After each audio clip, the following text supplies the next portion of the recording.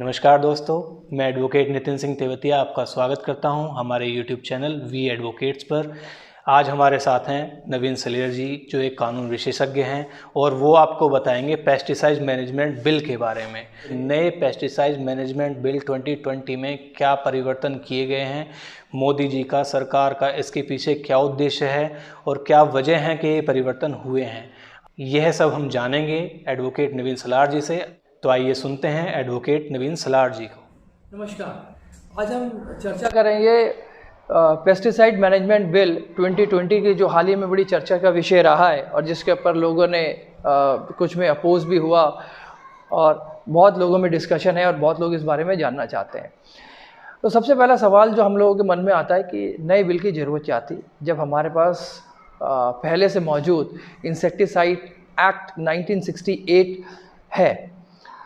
हम इस क्वेश्चन को समझें इससे पहले हमें ये समझना पड़ेगा कि जो इंसेक्टिसाइड एक्ट 1968 है वो कैसे अस्तित्व में आया और उसकी ज़रूरत क्यों पड़ी। तो इंसेक्टिसाइड एक्ट 1968 के अस्तित्व में आने का कारण 1958 में हुआ एक ट्रेजिक इंसिडेंट था, जिसमें लगभग 102 किसानों की मृत्यु हो गई और उसके बाद ये चर्चा चली और इस बात की ज़रूरत समझी गई कि इस तरह की कोई लेजिस्लेशन हो जो इस तरह के इंसिडेंट को रोक पाए, या इस तरह के जो पेस्टिसाइड्स हैं जो उनके ऊपर कोई लगाम लगाई जाए। इसलिए 1968 का ये एक्ट अस्तित्व में आया। परंतु अब ना तो इस तरह का कोई इंसिडेंट हुआ और हमारे पास ऑलरेडी एक समझा, पुराना और लंबा अनुभव इंसेक्टिसाइड एक्ट 1968 का रहा है। तो फिर इस बिल की ज़रूरत क्यों? कुछ लोग ये भी कहते हैं कि हाल ही में यवतमाल, महाराष्ट्र के अंदर जो एक ट्रेजिक इंसिडेंट हुआ जिसके अंदर अनेक किसानों की मृत्यु हो गई, उसने इस नए पेस्टिसाइड मैनेजमेंट बिल 2020 के लिए एक मार्ग प्रशस्त करा और शायद इसी कारण पेस्टिसाइड मैनेजमेंट एक्ट की आधारशिला या नींव रखी गई और ये समझा गया। परंतु ये कहना अतिशयोक्ति होगी। मुझे लगता है इसके पीछे अनेक कारण थे। जिस तरह से हाल ही में हमारे प्रधानमंत्री ने लाल किले की प्राचीर से ये उद्घोषणा करी कि हमारी धरती पेस्टिसाइड से रमती जा रही है और हम अपनी धरती माँ को बचाने के लिए पेस्टिसाइड से कम यूज़ करें। और हाल ही में हमने देखा कि गवर्नमेंट नीम कोटिंग और अनेक तरह के जो है पॉलिसीज़ और अनुभव के हमारे साथ आए और उन्होंने कहा कि पेस्टिसाइड का कम से कम उपयोग करा जाए। शायद इसीलिए पेस्टिसाइड मैनेजमेंट एक्ट 2020 की आधारशिला रखी गई। परंतु हम ये जानते हैं कि पेस्टिसाइड मैनेजमेंट एक्ट जो है वो इस तरह के इंसिडेंट्स को रोकने में नाकामयाब है या नाकामयाब रहा है, या आगे जो हम बिल ला रहे हैं या वो कामयाब रहेगा, जो है डिबेट का विषय है। इस विषय पे भी हमारे को सोचना पड़ेगा। जैसा कि मैंने कहा कि इस नए बिल की ज़रूरत क्यों पड़ी, तो जो चर्चा रही या लोग उसे जाना या समझा, उसके हमें ये लगता है कि जो पुराना बिल है इंसेक्टिसाइड एक्ट 1968, वो केवल पेस्टिसाइड के बारे में बात करता है, वो केवल पेस्टिसाइड को कंट्रोल और मैनेजमेंट की बात करता है, परंतु किसानों के प्रोटेक्शन की कोई बात नहीं करता। इसीलिए जो नया बिल है वो किसानों के प्रोटेक्शन के लिए लाया गया। इसलिए माननीय प्रधानमंत्री जी ने भी कहा कि हम अपनी धरती को पेस्टिसाइड के जहर से बचाएं। परंतु मैं इस शब्द को यूज़ नहीं करना चाहूँगा कि पेस्टिसाइड जो है केवल एक जहर के रूप में यूज़ होता है। ये निश्चित रूप से खेती में एक विशेष योगदान प्रदान कराने वाला भी पदार्थ है, यदि हम इसे जुडिशियस क्वांटिटी में यूज़ करें। एक चीज़ और हमारे को ध्यान रखनी चाहिए कि नए बिल और पुराने बिल में डिफरेंस क्या है, क्यों मतलब क्या ऐसी चीज़ें रहीं जो पुराना बिल हमारे को नहीं दे पाया। तो सबसे पहला जो ध्यान मेरा ऐसे अधिवक्ता के रूप में जाता है जब मैंने इस बिल को देखा, तो सबसे पहला जो है, जो कवर पेज उसका है, वो ये है, ये बिल दो शब्दों को दिखाता है, पेस्टिसाइड एंड मैनेजमेंट, जबकि पुराना बिल केवल इंसेक्टिसाइड एक्ट है। इसका मतलब इस बिल के अंदर दो चीज़ों को जोड़ा गया, मैनेजमेंट और पेस्टिसाइड, जबकि पुराने बिल में इंसेक्टिसाइड था। इंसेक्टिसाइड का मतलब केवल इंसेक्ट को मारने वाला, परंतु यदि हम पेस्टिसाइड्स की बात करें और हम अगर जो इंटरनेट पे उपलब्ध बहुत तरह की डेफिनेशन है, उसको अध्ययन करें तो हम पाते हैं कि पेस्टिसाइड जो है वो एक व्यापक रूप में देखा जाता है। इसके अंदर फंगिसाइड, वेजिसाइड, हर्बिसाइड, बैक्टीरियल साइड, बहुत सारे चीज़ों को अपने अंदर समावेश करता है। तो मुझे लगता है कि सरकार बहुत सारी चीज़ों को एक स्थान पर लाकर और उसके साथ मैनेजमेंट जोड़कर इसे रेगुलेट करना चाहती है। तो जैसे मैंने कहा कि नए बिल के अंदर क्या डिफरेंस है और सरकार इस बिल से क्या चाहती है, तो सबसे पहले हम ये देखें कि इस बिल का ऑब्जेक्ट क्या है, इस बिल को लाने की ज़रूरत क्यों पड़ी। तो सरकार का ये ऑब्जेक्ट है कि किसानों को सही, उचित और बढ़िया क्वालिटी का पेस्टिसाइड मिल सके जिसे वो अपनी खेती में यूज़ कर सकते हैं।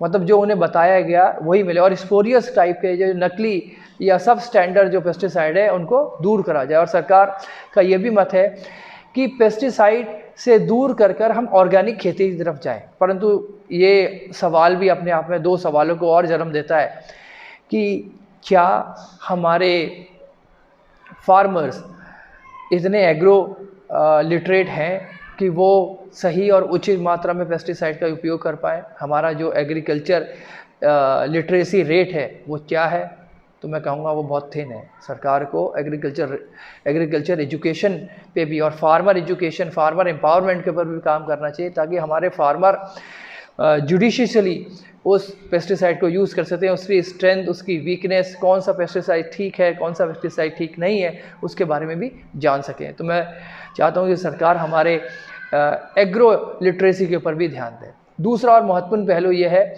कि ऑर्गेनिक खेती, सरकार इस बिल के माध्यम से ऑर्गेनिक खेती को बढ़ावा देना चाहती है। जैसे हाल ही में हमारे माननीय प्रधानमंत्री ने नीम कोटिंग की बात करी और ऑर्गेनिक खेती की हम बात करते हैं, हम कम से कम पेस्टिसाइड यूज़ करने की बात करते हैं। तो जो ऑर्गेनिक फार्मिंग है, ऑर्गेनिक फार्मिंग को अगर हम अब हिंदुस्तान में एप्लीकेबल करना चाहते हैं और इस बिल के माध्यम से ऑर्गेनिक खेती की ओर बढ़ना चाहते हैं, तो ये सवाल उठता है कि कितने राज्य हैं भारत के यहाँ पास, या कितने ऐसे राज्य हैं भारत में जिनकी अपनी ऑर्गेनिक पॉलिसीज़ है या जिन्होंने अपनी ऑर्गेनिक पॉलिसीज़ बनाई और पेस्टिसाइड को कम करने के लिए, और वो चाहते हैं कि अपनी ऑर्गेनिक खेती की ओर बढ़ावा दे, ऑर्गेनिक खेती को अपने राज्य में बढ़ावा दे। जब हम राज्य में ऑर्गेनिक खेती की बात करते हैं तो हमारे ध्यान में सबसे पहला जो उदाहरण आता है वो सिक्किम का आता है। सिक्किम ऑर्गेनिक खेती के मामले में या ऑर्गेनिक पॉलिसी के मामले में माइलस्टोन की तरह दिखता है, क्योंकि सिक्किम एक ऐसा राज्य है जिसने सबसे पहले 2003 के अंदर अपने राज्य में ऑर्गेनिक खेती के लिए एक पॉलिसी को बनाया और धीरे धीरे अब राज्य उस और बढ़ रहे हैं। तो जो नया बिल है उस बिल के अंदर क्या नई खासियत है, वो नया बिल जो है क्या ऐसे प्रावधान लेकर आता है जिससे किसानों को राहत मिलेगी और जो पेस्टिसाइड कंपनीज हैं उनको क्या राहत मिलेगी। तो पेस्टिसाइड मैनेजमेंट बिल 2020 है, उसका जो सबसे मुख्य दो प्रावधान जिसके ऊपर सबसे ज़्यादा चर्चा हुई या जो विवादों में रहा वो था इसके अंदर पेनल्टीज़ को हाई करना। मतलब बहुत ज़्यादा पेनल्टीज़ जो है लगा ली। अगर आप देखें कि ये बिल प्रावधान करता है कि 50 लाख की पेनल्टीज़ इम्पोज करी जाएगी और 5 साल तक जो है वो इम्पेरिजमेंट का प्रावधान किया गया है इस एक्ट के अंदर, जो पहले के मुकाबले में बहुत ज़्यादा है। इसीलिए लोगों में एक डर है कि इस प्रावधान से जो पेस्टिसाइड इंडस्ट्री है उसके ऊपर एडवर्स इम्पैक्ट पड़ेगा। और इंडस्ट्री की तरफ से ये कंसर्न भी आता है कि यदि सरकार फार्मर की इनकम को डबल करना चाहती है, फार्मर की इनकम को बढ़ाना चाहती है और इकोसिस्टम को डेवलप करना चाहती है और इंडस्ट्री को ग्रो करना चाहती है, इंडस्ट्री को आगे बढ़ाना चाहती है, तो पेस्टिसाइड जो है वो भी एक इंडस्ट्री है, वो भी सरकार के जीडीपी के अंदर एक महत्वपूर्ण भूमिका अदा करता है। तो सरकार को उस और भी ध्यान देना चाहिए और पेस्टिसाइड जो कंपनीज़ हैं या पेस्टिसाइड के अंदर जो जुड़ी हुए जो छोटे लोग हैं या जो अपना उद्योग और धंधा करते हैं उनके बारे में भी ध्यान रखना चाहिए और इस तरह के प्रोविज़न को एक तरफा ना बनाकर उसके अंदर कुछ सेफगार्ड देने चाहिए ताकि लोग धीरे धीरे इस पेस्टिसाइड के इफ़ेक्ट को समझे और एक बैलेंस बनाते हुए पेस्टिसाइड और ऑर्गेनिक फार्मिंग और किसानों के हितों का ध्यान रखते हुए एक पॉलिसी को तैयार करना चाहिए, ना कि ऐसा कि लोगों को ये संदेश जाए कि एक तरफा पॉलिसीज़ हैं। दूसरा, इसके अंदर एक बहुत बड़ा कंसर्न जो इंडस्ट्री की तरफ से आया वो ये है कि इसके अंदर एक कंपनसेशन का प्रावधान रखा गया। हालांकि मुझे लगता है कि कंपनसेशन एक महत्वपूर्ण पहलू है जो पेस्टिसाइड के अंदर होना चाहिए, और किसान जो एक गरीबी की मार से मर रहा है और उसको अगर सब स्टैंडर्ड पेस्टिसाइड मिलता है जो उसे बताया गया है उस तरह का पेस्टिसाइड अगर उसे नहीं मिल पाता जिसके लिए उसने पैसे दिए हैं, तो कंपनसेशन का प्रावधान जो है निश्चित रूप से एक अच्छा और स्वागत योग्य कदम है जो सरकार को निश्चित रूप से इसके अंदर रखना चाहिए। जिस तरह से हम देखते हैं कि नया बिल जो है फोकस करता है मिनिमल यूज़ ऑफ पेस्टिसाइड, परंतु इस विषय में हमें दो चीज़ों का ध्यान रखना ज़रूरी है। जिस तरह से हमारी पॉपुलेशन इंक्रीज़ हो रही है, हमारी फूड जो सेफ्टी है उसके ऊपर हमारा ध्यान केंद्रित हो रहा है और हमारे को फूड प्रोडक्शन की ज़्यादा आवश्यकता पड़ रही है। अगर हम अपनी बढ़ती हुई जनसंख्या को देखें तो फूड प्रोटेक्शन और फूड मैनेजमेंट को रोकने के लिए पेस्टिसाइड जो है उत्तम स्रोत माना जाता है। क्योंकि अगर हम सिर्फ ऑर्गेनिक खेती की बात करें तो ऑर्गेनिक खेती जो वेस्टेज ऑफ फूड है उसे रोकने में मुझे लगता है कि नाकामयाब, अगर हम सिर्फ ऑर्गेनिक खेती के ऊपर ही डिपेंड रहें और हम पेस्टिसाइड को बिल्कुल ही डिस्कार्ड कर दें तो शायद ये जुडिशियल कदम नहीं होगा। दूसरा, जो नया पेस्टिसाइड मैनेजमेंट बिल 2020 है उसके अंदर एक विशेष प्रावधान किया गया है जिसको लिंक करने की कोशिश की गई है food safety and standard act 2020 से। इसकी ज़रूरत क्यों पड़ी? जो 1968 का पेस्टिसाइड मैनेजमेंट एक्ट था वो पेस्टिसाइड की रेसिड्यू लिमिट को कंट्रोल करने के लिए कोई मैकेनिज्म प्रोवाइड नहीं करता था, परंतु इस बिल के द्वारा ये कोशिश की गई है कि पेस्टिसाइड की रेसिड्यू लिमिट को कंट्रोल करा जाए। कई बार ये देखा गया है कि पेस्टिसाइड हम यूज़ कर रहे हैं लेकिन उसके जो रेसिड्यूज़ हुए हमारे जो भोजन में है उसकी मात्रा पाई गई है जो हमारे शरीर के लिए लाभकारी नहीं है। इसी बात को ध्यान में रखते हुए इस बिल के अंदर एक प्रोविज़न किया गया है कि हम रेसिड्यू लिमिट को कंट्रोल करें। हालांकि हमारे पास जो पुराना बिल है उसके अंदर prevention of food adulteration act 1954 का प्रोविज़न था जो रेसिड्यू लिमिट के ऊपर बात करता था, परंतु इस बिल के अंदर हम food safety and standard act 2016 की बात करते हैं जो रेसिड्यू लिमिट और उसके टॉलरेंस लिमिट को डिसाइड करने की बात करता है या उस पर चेक करने की बात करता है। इंडस्ट्री की तरफ से एक कंसर्न ये भी आया है कि जो इंडस्ट्रीज की कंसर्न्स थे या उनकी जो डिफ़िकल्टीज़ थी इस बिल के माध्यम से एड्रेस नहीं करेगी और पेस्टिसाइड मैनेजमेंट इंडस्ट्री जो है उसको एड्रेस नहीं करा गया है, उनके फीडबैक नहीं लिए गए या उनके जो कंसर्न्स रहे थे पेस्टिसाइड बिल को लेकर उसको भी एड्रेस नहीं कराया गया है। बहुत सारे कंसर्न्स हैं, हालांकि वो कंसर्न्स सरकार को समझने चाहिए या इंडस्ट्री को ध्यान में रखते हुए उसके ऊपर भी ध्यान देना चाहिए। एक और जो इस बिल के बारे में क्रिटिसाइज जो इंडस्ट्री की पेस्टिसाइड इंडस्ट्री की तरफ से आई वो इस बात को लेकर किया जा रहा है कि ये जो बिल है वो ओवरशैडो ऑफ लॉ है या ओवर कंट्रोलिंग ऑफ लॉ है। जिस तरह से हमने हैवी पेनल्टीज की बात करी इस बिल के अंदर, या ये गवर्नमेंट का जो मोटो है मिनिमम गवर्नमेंट मैक्सिमम गवर्नेंस उसके विपरीत है, और जो मोदी जी का सपना है किसानों की इनकम डबल करने का उसको भी ये हिट करता है, और ये आत्मनिर्भर भारत के ऊपर भी जो है उसके भी विपरीत विचारधारा को प्रस्तुत होता है। क्यों? क्योंकि 20 से 25% जो हमारा टोटल फूड प्रोडक्शन है वो बर्बाद हो जाता है पेस्ट के कारण। उसको रोकने के लिए जो है इस बिल के अंदर कोई प्रावधान नहीं किया गया। दूसरा, जब हम आत्मनिर्भर भारत की बात करते हैं तो आत्मनिर्भर भारत का मतलब पेस्टिसाइड इंडस्ट्रीज भी है।